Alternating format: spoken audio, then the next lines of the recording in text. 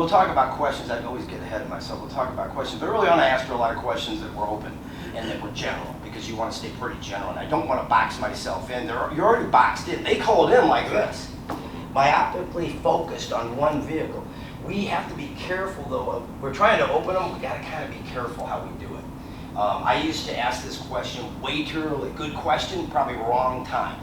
So if we get through here, I'd say, hey, thank you for choosing for Tunis of East Moline. This is Christian speaking. Who do I have the pleasure of speaking with here today? And then they'd say, hey, I'm looking for this and this vehicle. And I say, oh, great, no, that's a great vehicle. A lot of you guys did that. You complimented me on my choice. Hey, great choice. Had a lot of people looking at that vehicle lately.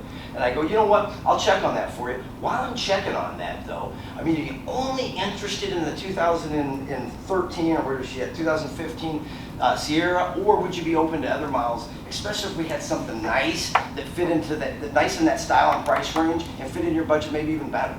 And it's a pretty good question, but I think it's too early. And it's way early because I haven't even answered their initial question other than I'd be happy to check on it. So it's one of those questions that I wondered at times why it didn't work, and then as I started seeing not just this framework, but other types of phone framework, I realized that's way too early. So what's going on early is I asked a high trust question at a really low trust moment.